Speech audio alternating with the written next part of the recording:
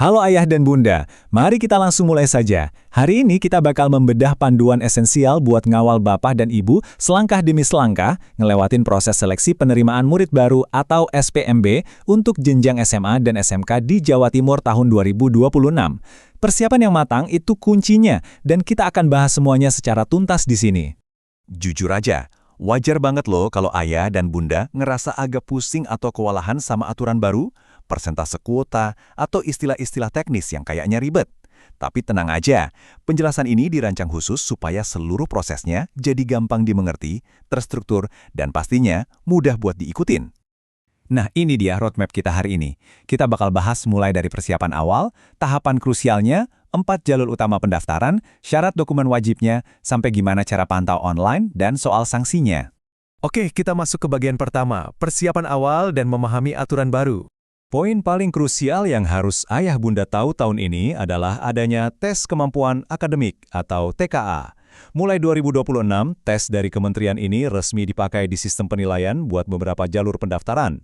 Ini bukan sekedar tes biasa ya, tapi alat ukur yang bakal nentuin banget posisi anak Anda nanti, apalagi kalau lewat jalur prestasi. Terus, gimana sih hitung-hitungannya? Gampangnya gini, kalau anak Anda masuk lewat jalur nilai kemampuan akademik, nilai akhirnya itu diambil 60% dari rata-rata rapor dan ditambah 40% dari hasil TKA tadi. Kombinasi inilah yang bakal diadu sama ribuan pendaftar lain. Jadi pastikan anak-anak siap ya. Lanjut ke bagian kedua, tahapan penting dan garis waktu SPMB 2026. Ayah bunda, tolong catat atau screenshot tanggal-tanggal ini. Fase prapendaftaran itu mulai 18 Mei buat isi nilai rapor. Tapi yang paling kritis itu tanggal 28 Mei. Kenapa? Karena kalau kelewatan ambil PIN di akhir Mei ini, anak Anda nggak akan bisa ikut pendaftaran online tahap 1 di tanggal 11 Juni. PIN ini tiket masuk utama. Dan kalau lolos, siap-siap daftar ulang tanggal 13 Juni.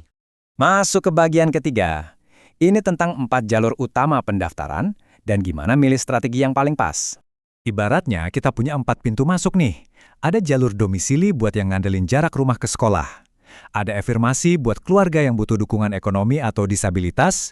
Terus jalur mutasi buat orang tua yang pindah tugas. Dan terakhir jalur prestasi dari hasil lomba sama nilai akademik.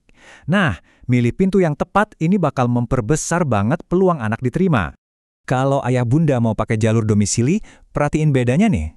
Untuk masuk SMA, kuotanya lumayan gede, 35%, dan ini ngutamain yang tinggal di rayon terdekat. Tapi, kalau tujuannya SMK, kuotanya cuma 10%, walau bisa nerima dari luar rayon juga. Jadi strateginya jelas beda ya. Buat keluarga yang butuh jalur afirmasi, kuotanya 30% untuk SMA dan 15% untuk SMK. Ini prioritas buat pemegang KIP, PKH, dan anak buruh. Ada juga kuota khusus buat anak-anak penyandang disabilitas dengan syarat asesmen. Terus, buat orang tua yang baru pindah tugas atau buat anak guru, ada jalur mutasi sebesar 5%. Intinya, sistem ini dibikin supaya tetap adil buat semua kalangan. Nah, untuk jalur prestasi, ini dia yang seru. Ada 5% buat juara lomba, ketua OSIS, sampai penghafal kitab suci. Buat jalur nilai akademik SMA, kuotanya 25%. Tapi, lihat yang buat SMK, kuotanya raksasa 70%. Dan tebak nilainya diambil dari mana? Betul banget, dari formula gabungan rapor plus hasil TKA yang kita obrolin di awal tadi. Bagian keempat, syarat dan dokumen wajib. Ini dia checklist administratif kita. Anggap ini pondasi wajibnya ya, siapin ijazah atau SKL, akta kelahiran, dan surat pernyataan tanggung jawab mutlak.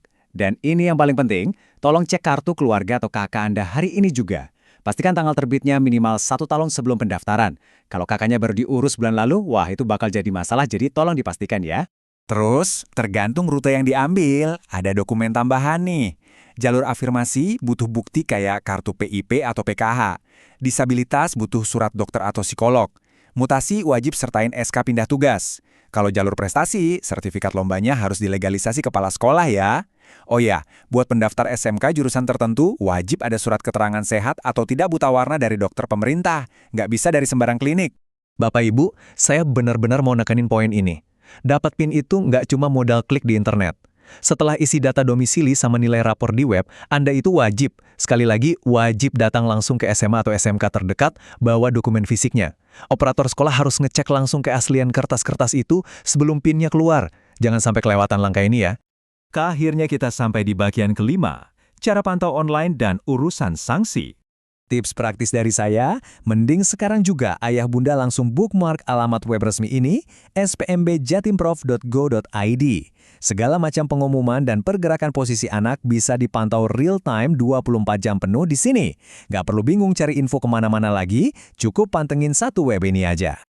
Satu hal yang mau saya tegaskan, tolong jangan pernah coba-coba manipulasi data ya, kayak mindahin titik koordinat rumah atau ngedit-ngedit nilai.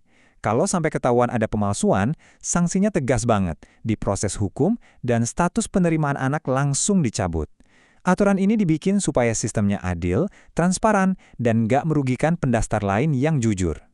Waktu terus berjalan nih, mulai cicil kumpulin dokumennya dari sekarang ya. Sistemnya udah dibikin transparan dengan banyak pintu masuk buat mengakomodasi potensi anak-anak kita. Pertanyaannya sekarang, seberapa siap ayah bunda nentuin strategi terbaik dan mastiin semua dokumennya lengkap? Yuk, amankan kursi impian anak Anda dari sekarang. Semangat ya!